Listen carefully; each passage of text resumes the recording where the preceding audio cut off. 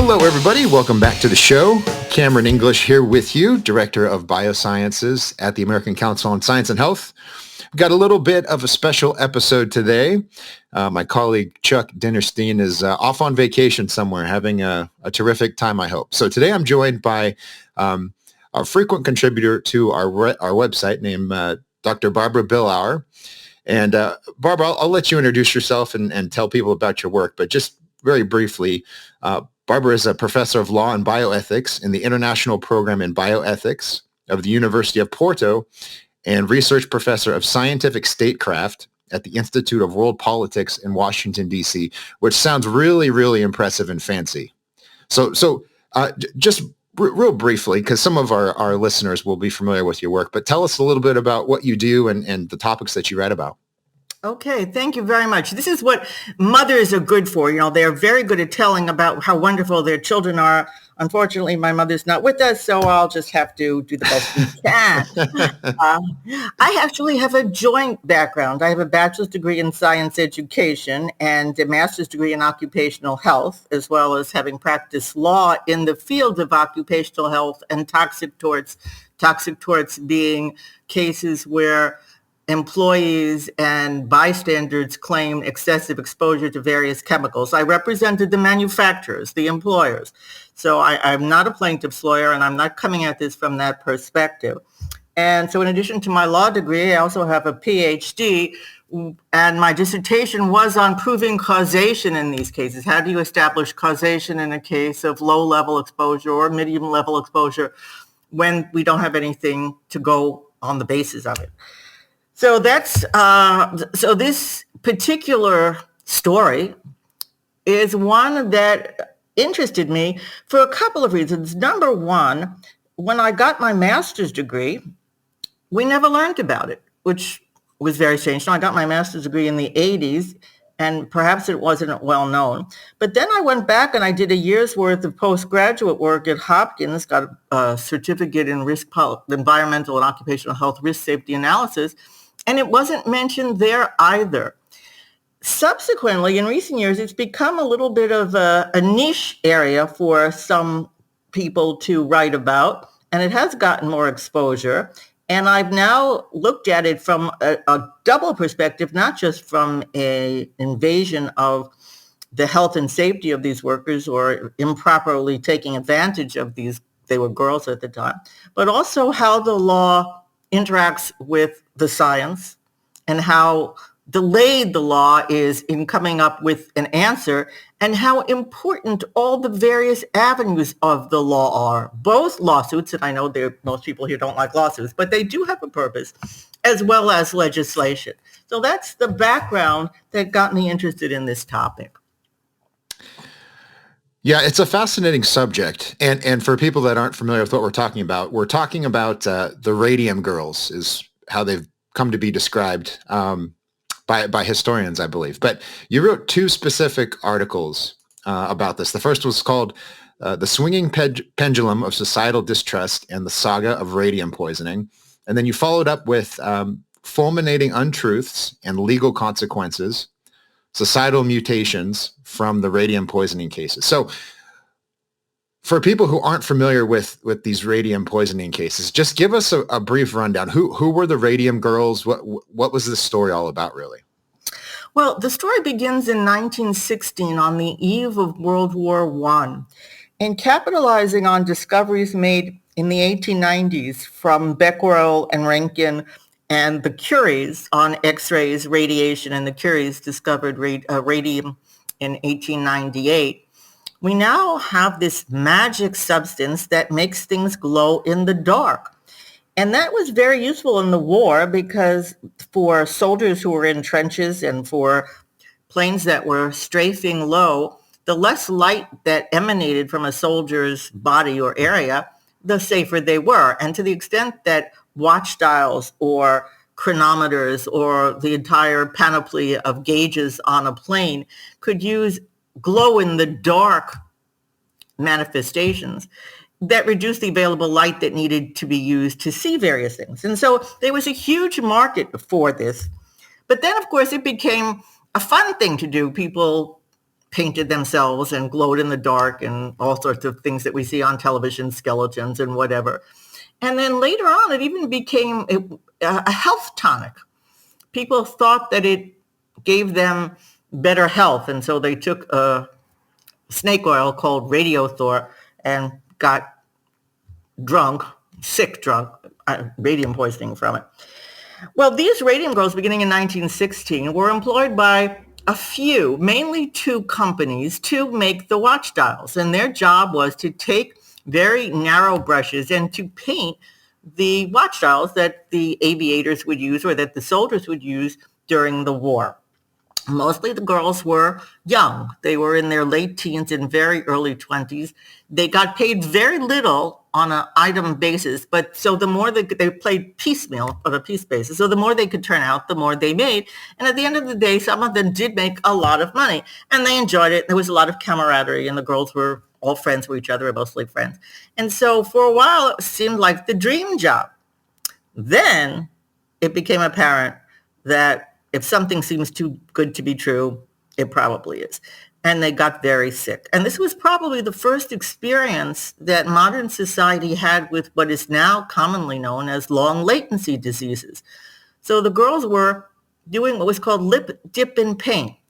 The brushes that they were given were camel hair brushes, but they weren't narrow enough or fine enough to get the fine line that they needed on the watch dials. And so they were told and encouraged to wet the brush and then dip it in the little crucible of paint that they had on their desks and then paint the dial. It's called lip dip in paint. And for anyone who sews, or even if you mend a button, sometime if the thread isn't fine enough, you put it in your mouth to make the thread finer. Well, that's what they were doing with these narrow brushes. They were lipping them. And in the process, they were ingesting or eating the radium saturated paint. And that caused them a lot of problems. So you document the research that went on to demonstrate just how harmful this was, but you also say that the companies had some knowledge of the risks that their workers were facing. So I'm wondering, did the company find this out independently, or did they find out from the research that was going on and then they just did everything they could to suppress it? Talk a little bit about that. Well, that's really very interesting. Actually, in the scientific literature, if you go back, it's even earlier than I documented in my article, as early as 1896, even before radium was discovered, following the discovery of X-rays, it was found that X-rays could be extremely dangerous. And as time went on, there were some more and more articles, although it wasn't exactly clear whether it would in what way it would manifest or to what group of people. Certainly it was found that if somebody got a radiation burn from handling too many X-rays or too much X-rays, that would be a deleterious effect. But as the girls started working by about 5 years after exposure, and that was the earliest, basically it's the earliest time of latency, they started getting sick. And the initial diseases that manifested were jaw diseases. Their teeth fell out, their jaws splintered and fractured. They had necrosis or dying of the bone. And so they visited various doctors. And there was this attempt vainly to find out what was causing it. It took about a year from the time that the first girl started getting sick till they got a handle on it. And so you ask the question is, where did it come from? And basically, the pressure, the doctors who treated the girls, of course, were very curious. The dentists initially were very curious to find out what was causing them because the initial problems manifested, as I said, in dental problems. Later on, the problems manifested in bone diseases, both fractures and cancerous growths requiring amputation in some cases death. So the doctors who were treating the girls were very interested in figuring out what was causing it. But when the girls kind of realized that that it was an occupational disease and caused by their occupation, what really motivated both the government and the employers to start looking was the threat of a lawsuit. It was the legal threat that pushed people to start looking. The lawyers who were suing worked together with a local medical examiner by the name of Harrison Martland, who was able to develop a new technique to measure the emissions of radioactivity from the girls' bones. They actually exhumed some of the bodies to see if they could measure them. And the girls that were alive, they measured their breath. They measured the radium in their breath. But the employers, also frightened of what was going on, retained their own experts. Now, this is really this is fascinating to me. The initial experts retained by the employers of the New Jersey factory were two very eminent occupational health physicians, actually among the originators of the field, not the, but among, Cecil Drinker and his wife, who was also a physician, named Catherine, who were at the Harvard School of Public Health. Now, why would the employer go to the Drinkers? I mean, these are people who were eminent scientists who had a very good reputation. And it took me a while to realize that in those days, the public health schools were funded by the employers. And the employers probably thought that they could control the report. And in some ways, they actually did. They certainly were able to delay publication of the report. So the employers delayed the Drinkers report from 1924 to 1925. But during that year, Martlin's work became known, and the lawyers began their lawsuits. And so the confluence of those two items began to lay the groundwork for basically what we have now as the current standards for radiation exposure are derived from the exposures in the Radium Girls. So it in large measure was directed by fear of lawsuits and by the lawyers trying to make a case and to prove that radium caused the disease, because there was no knowledge at that time of what was causing the problems. Now, I believe you say that one of the companies, at least, retained an expert who had a degree in philosophy, right? That his name was Flynn. So tell us about that. That wouldn't happen today, would it? Like no plaintiff's attorney would say, I'm going to hire a philosopher for Well, actually, this is really interesting. When I went back and looked, who the heck was this Dr. Flynn? He portrayed himself as a medical doctor. He took the girls' blood. He interpreted their x-rays. I don't know if he did any physical examinations, but he supposedly examined them.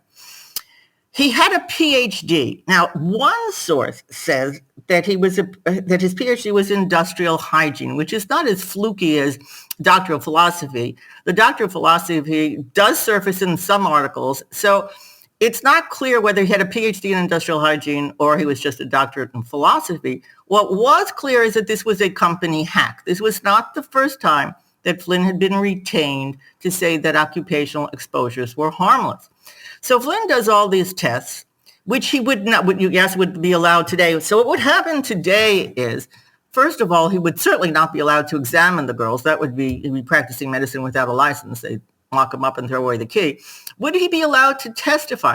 Well, he testified as to the level of radiation that emanated from their bones. I don't think he'd be allowed to testify as to that too. His expertise would have been, did he measure the amount of radiation in the room?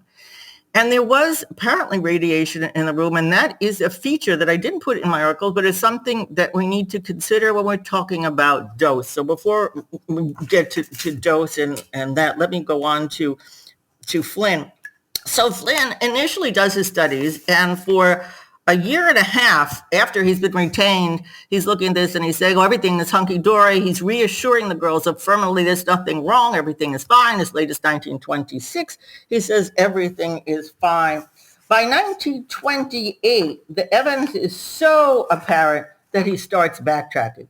By this time, of course, the girls had continued to be exposed for another 3 years. And so by 1928, he starts backtracking. And what's really, really interesting is at 1928, the company finally realizes that they can't hide their head in the sand anymore. They can't deny the problems when their own experts going out and changing his mind and saying, well, maybe there's a problem. And here's a letter that I found that's really a fascinating situation. In June of 1928, the New Jersey company is about to move to New York City, and the employers write a letter to the Commissioner of Public Health describing what was going on in the history of this. And this is where I'm going to read just parts of this, if I might, Cameron. Is that all right? Of course. Go for it. Okay. So this is part of the letter that they've written. They start about 1917. We had dial painters. And then they said the dial painting work was easy. The operators well paid. And as conditions turned out, we unfortunately gave work to a great many people who were physically unfit to procure employment in other lines of industry. Cripples and persons civilly incapacitated were engaged. What was then considered an act of kindness on our part has since been turned against us.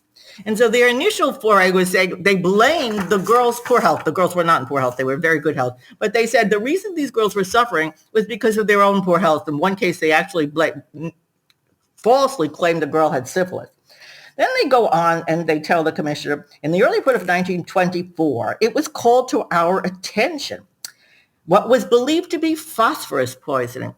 And white phosphorus causes an occupational disease called phossy jaw, which manifested very similar to radium poisoning, the initial stages, radium necrosis of the jaw. By 1924, of course, phossy jaw was not really an issue because they had changed the offending chemical. It was used in matches. And by 1910, matches containing white phosphorus were phased out. But the signs and symptoms were very much like white phosphorus. And so that was a wild goose chase. They kept telling, the employees kept saying, look for phosphorus. And of course, there wasn't any phosphorus. So then they go on and they tell that they retained Cecil Drinker and we were really good. And then we retained Flynn, and confronted with lawsuits, the employers say, and with a paper purporting to have discovered a brand new disease among our former employees, also propaganda from the Consumers League of New Jersey, we took further advice from competent medical authorities on what should be done. And then they say they retained Flynn. Flynn reached the conclusion that there was no industrial hazard in the industry. And this is what they're telling New York City in 1928. And the last couple of paragraphs are the most telling. Perhaps it would not be amiss to discuss briefly the recent suits against this corporation, which have received so much unwarranted and untrue publicity. Though a, no doubt, cleverly designed campaign of publicity, the public was appealed to, and the appeal met a responsive chord. The spectacle of 5 women filled with radium, doomed to a speedy and terrible death, according to experts, presented a gruesome picture indeed. The fact that we settled these suits in no way is indicative of the merits of the complaints or contentions, or that we admit responsibility or liability. From a legal standpoint, there is very little question but that we had a perfect defense, both from the standpoint of the statute of limitations and from the fact that there was no negligence on our part. So as late as 1928, when the evidence is clear, both in the United States and in Europe, there were conferences in Europe in 1924 and 1925, that radium poisoning was a real disease, the company is denying it and covering it up. Now, one aspect of this that I find so fascinating is that it isn't just the facts of the case, or the cases, I should say, that are influencing what's happening in the courtroom. You note that this is right around the time the Great Depression is in full swing, right. And there are economic and societal concerns that are influencing how people perceive the legal fight that's going on. So talk about that. I think that's really key to understanding this. That is key, and it's also very reminiscent of the way virtually every pandemic or occupational health crisis that I've investigated, the background on which they sit, even in the cholera epidemic in England, there was a debate of whether we should impose lockdowns or quarantine, very much like what's happening today. And of course, in England, where trade was a big deal, nobody wanted to impose quarantine. So the economics always impacts on the public health issues. What turns out, or how the issue plays out, of course, in large measure is based on 2 things. One is how terrible the disease is. 2, how many people are affected. And 3, who was in power at the time. And we saw this with the Triangle Fire that I wrote about a couple of weeks ago. Initially, New York said that they would have no workers' comp. They didn't think that was right, stepping on the employer's prerogative not to pay for these diseases. And shortly after the Triangle Fire, workers' comp was enacted nationally. We see that here too in 1928-29, which was when the Depression first started. The cases in Ottawa, Illinois, started moving forward with some degree of rapidity, and the women were quoted in the newspapers. And the favorable publicity that they got in New Jersey, they did not get in 1925 in New Jersey. They didn't get the same reception in 1928 and 1929 in Illinois. The townspeople, who very much were in favor of any factory or manufacturer that could provide jobs, really attacked the girls and disparaged them. And they were subjected to a lot of what we would call bullying today, because at that time, in the minds of the people, the economy was more important than public health, something that may be happening again today. We'll see. So I want to get to the legacy of this whole situation and how it impacted cases in the future, of a similar nature. But before we do, how big was this problem? I mean, do we know how many of these employees got sick and died? Is there any pushback to this version of history that you're telling? I'm just really curious how that all shook out as the years went on. We do know, well, we know a lot. And then there's a lot we don't know. We know that there were about 4,000 workers who were exposed. We know somewhere around 3% got cancers, sarcoma. We don't know. I didn't see any statistics, and people tout that number around. That number does not include the jaw necrosis, and it doesn't include the breast cancers that were subsequently diagnosed. So we have some idea, and it's on the basis of that knowledge that we do have, current standards are set up, but 3% is a pretty heavy response when you're talking about death and cancer, and not including fractures and jaw necroses and other diseases. And certainly the entire cohort of exposed people were not identified. And this is something Alice Hamilton, who is credited as being the founder of occupational health, found in her surveys. She's one of the people that investigated white phosphorus. And unless you get everybody, unless you can do an epidemiological study that get everybody, you really don't get the full picture. But we have a lot of data, and a significant portion, at least significant in my mind, did get very, very sick and die. So this was a big deal, it seems to me, and I'm not familiar with this at all beyond reading your stories. But I'm wondering, what impact did this have? And I'm sure some listeners are drawing parallels to the fight that the tobacco industry was in up until the late 1990s, right? I mean, everyone's seen that famous clip of these CEOs of the 7 major tobacco companies denying the addictive nature of nicotine to Congress. And of course, everyone knows the stories about how they did everything they could to deny or minimize the lung cancer risk of smoking.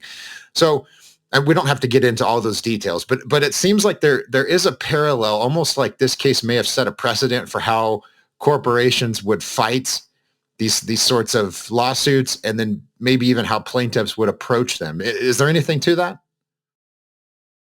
So the tobacco industry is a very good example. Perhaps a little more nuanced and maybe better for the purpose of illustration is the asbestos industry. And the reason I look at the asbestos industry is because here we have a situation in the asbestos industry where the heavy doses clearly cause disease, and the manufacturers denied. There's one letter from one of the manufacturers to the head of Raybestos saying, I don't see what the brouhaha is about asbestos. After all, you have to die from something. So there was this utter disregard of human life, and people reacted eventually. It took a while. It took a lot of lawsuits. It took the lawyers putting pressure to implement standards. So the lawyers and the law implemented the standards which we now have. But at the same time, Similar to asbestos, low doses of asbestos don't provide the same degree of risk of harm, nor do low doses of radium provide a statistical risk of harm. So you have a situation where in the early days, the employers, and not just early days, I mean, cigarette smoking, as you point out, was not so early. 1955, Sir Richard Dahl first discovered the link, and it took till, when was it, the 80s before the cigarette manufacturers were willing to own up to it. We have a situation where manufacturers were intentionally exposing workers. And what's interesting in the Radium Girl cases, there was a laboratory in the building next door where they were experimenting with different dosage and different uses. And those were all staffed by men who were given lead aprons to wear. And they did not eat the radium. They were just breathing it. And so the girls were getting a double whammy of exposure. They were ingesting it, which exposed them to alpha rays, which are normally not harmful because the skin protects you. But here they were eating it, they were ingesting it, they were swallowing it. And so the radium lodged in their bones and became a ticking time bomb until they died or got sick. And you saw similar situations with asbestos. The asbestos burden built up until years later you had very serious diseases. But people then went to the other extreme. Oh my goodness, let's take all the asbestos out of all the schools in New York City. That was in the 1980s. There were 733,000 square feet of asbestos, and they wanted to take it out of all the schools, which would have been idiotic, if not futile. And so one of the things we see is there's this pendulum reaction. Terrible things were done. High level of exposures causing a lot of deaths. We now have implemented standards to allow for reasonable exposures when we weigh cost-benefit analysis. But then people go to the other extreme, which like you write about, Cameron, about glyphosate. Maybe in gavage, if you open up an animal and you dump a container of it into the animal's stomach, you might get some reaction. But in the low levels, we don't see a reaction. And so people I see, as a result, this opened my mind to the huge pendulum swing where we've done terrible things, we address it, and then we go to the other side and we go overboard. So that's one of the legacies that I see. This is that we don't look at things from a prudent, reasoned, unemotional, scientific point of view. So that's one of them. And another issue that I see arising out of this is we need to be mindful of long latency diseases. We don't know. I mean, x-rays were used as a treatment in my lifetime. People were given whole body x-rays to treat various sinus diseases, various diseases. Those x-rays, those exposures resided and stayed in the body. You don't get rid of them. You can't get rid of them. You can't even get rid of them with chelation, which is a method to get rid of some metals. It stays with you. And we don't know today how many diseases which are unexplained, but do have a genetic component, let's say autism, are due to exposures 50, 60, 70 years ago to the mother when she was a child that resulted in genetic changes now. What happens is when we see autism now 2 weeks after a child getting a measles vaccine, it had to be the measles vaccine. And we don't have the broader view to say, wait a minute, maybe it's not that. Maybe it's something that happened a long time ago that has left its invisible, tenacious fingerprints or chokeholds on our bodies. So that's another issue that we need to consider, the long latency of substances to which we were exposed at much higher doses, not necessarily high, very high. So that's another issue. And the third is that the law is very sluggish. So the law did not enact legislation that enabled individual lawsuits as opposed to workers' comp cases for long latency diseases until 1986. That's basically 60 years after we first discovered radium poisoning, 50 years if you want to say that it was documented in bones. And it took the law that long to enable these lawsuits. And it's these lawsuits that make the employers nervous. Now, if they haven't done anything to be nervous about, then lawyers who know their science should be able to prevail. I mean, I prevailed in low-level asbestos cases. It's not that difficult if you know the science. The problem is that the judges don't know very much science, and so we need to educate the judges in terms of understanding science as well. So I think we've learned a lot in how we should address these issues now. What I find really interesting is this situation arose in the early 1900s because there was no federal legislation. There was no OSHA Act. The original OSHA Act was in the early 1900s, but OSHA itself, the agency, was not established until 1970. So it wasn't until 1970 that we had a federal agency. Up until then, the matters were primarily resolved at a state level. And the problem with the state level is that the states individually cannot gather national statistics and have as robust an epidemiological database. They can coordinate in terms of evaluating the economics of the situation. That can only be done on a federal level, which it was done in 1970. And what happened in 1970 is not only do we have the Occupational Health and Safety Act, which sets standards both for asbestos as well as for all these occupational diseases, but we had a situation where the agencies involved hired scientists who supported their findings with science, not with emotion and not with ideology. Today, we have two problems. Number one, there seems to be ideology. Not so much, I don't see it in OSHA, but I do see it in the EPA in the last couple of years. OSHA seems to have gotten past that. And then we have the Supreme Court, who used to say, we will defer to the agency. That used to be the rubber stamp of the Supreme Court on any agency determination. And now, in the last 6 months or whatever it is, we have a conservative court who has said on 3 occasions, all 3 involving occupational, environmental, or public health cases, we're not deferring to the agency anymore. Us 6 judges or us 5 judges, in our infinite wisdom, will make the decision. And what that is doing is putting us back to the days of the 1920s when we didn't have a federal government regulating health and safety, and we got into this mess. So we had a mess. We had a terrible problem. We eventually took us 50, 60 years to solve it. It stayed solved for another 50 years. And I'm beginning to see the beginnings of unraveling of it. And okay, the Supreme Court is saying, okay, let the states decide. And that's the situation that caused the problem in the first place. And so we need to be on notice about that. So that's where I see the legacy going. Yeah, there's so many questions that come up, at least in my mind, and I think you've reached there's this very real tension there seems to me, because the courts are ripe for abuse. It looks like, and you mentioned the glyphosate cases. I think that's a perfect example. But on the other hand, you have federal agencies that do good work in many cases, but they're run by humans so these individuals, they have biases, they have blind spots, they make mistakes. And so I'm wondering, are the courts the right place to settle these kind of disputes, or should they serve as sort of a check on the federal government or on individual state governments who might be influenced by local or regional politics? It seems to me like there's no perfect answer. I'm wondering if you have any insight on that. Well, politics seems to rear its ugly head in any crisis.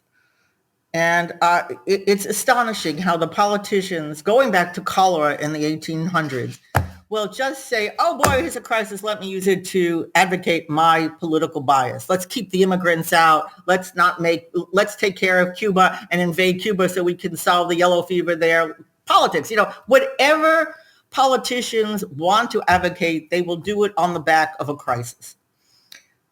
I don't know how to address that. That's a political question, and I'm not going to get into the politics. The issue about the law is slow. The law makes mistakes.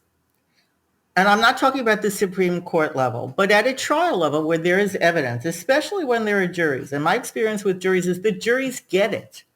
These are what we call CSI juries. They sit and watch crime scene. They're really interested in the science. If it's presented well and easily understandable, they get it. So The juries can get it if it's presented clearly.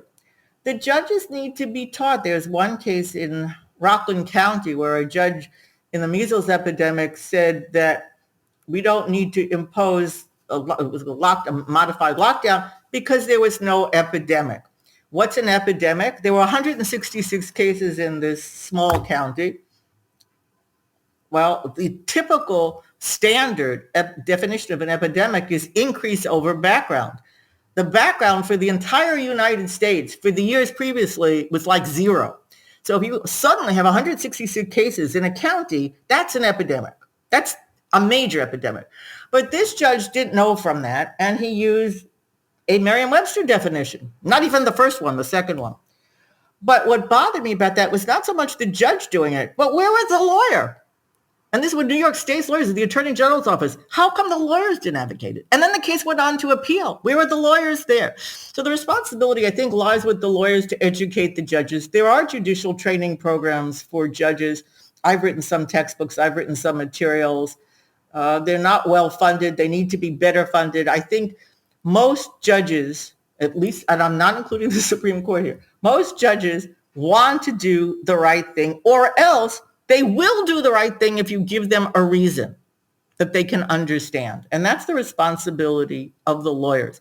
And so if we can educate the judges in the rudiments of the scientific method, we're not going to teach them what's the difference between a DNA molecule and an mRNA, but the questions to ask: is the test reliable? Reliable doesn't mean the same thing as valid.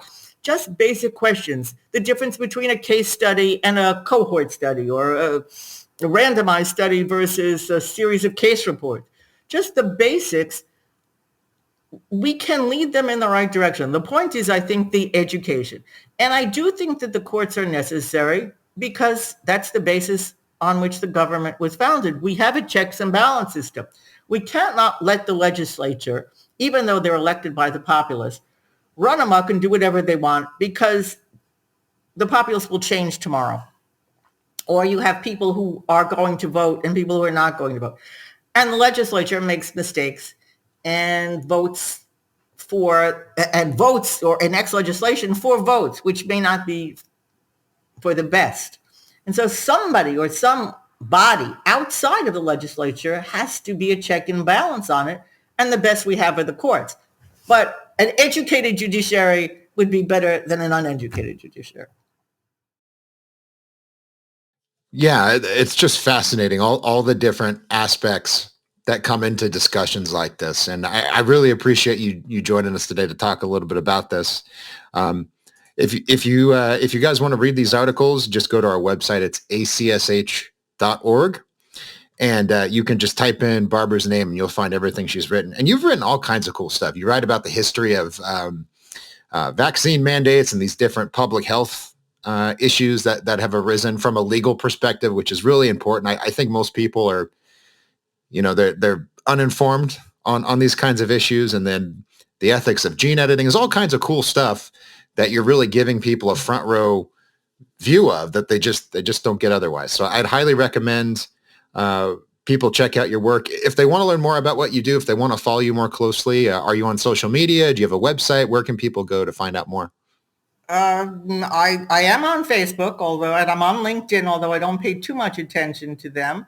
The best would be via ACSH. I also have a long list of publications on SSRN, which is an academic posting. You've cited them yourself, Cameron, so an academic posting venue, and people can look there. All right. Very good. Well, everyone, if you want to get the articles that we talk about on this podcast more generally, you just go to our website, ACSH.org, and then you go up to subscribe at the top, punch in your email address, and you will get on our dispatch email, and we will send these to your inbox. So every time we do a new podcast, you'll know exactly what we're talking about. And we'll be back next week for another discussion. Barbara, again, thank you so much for joining us. Thank you very much for having me. It was delightful chatting with you and the audience, and I really appreciate the chance to talk about this. Absolutely. Absolutely. Well, we're going to do it again. I'm sure we'll have you back at some point because you're writing all kinds of great stuff. Thank you all for listening, and we will see you next time.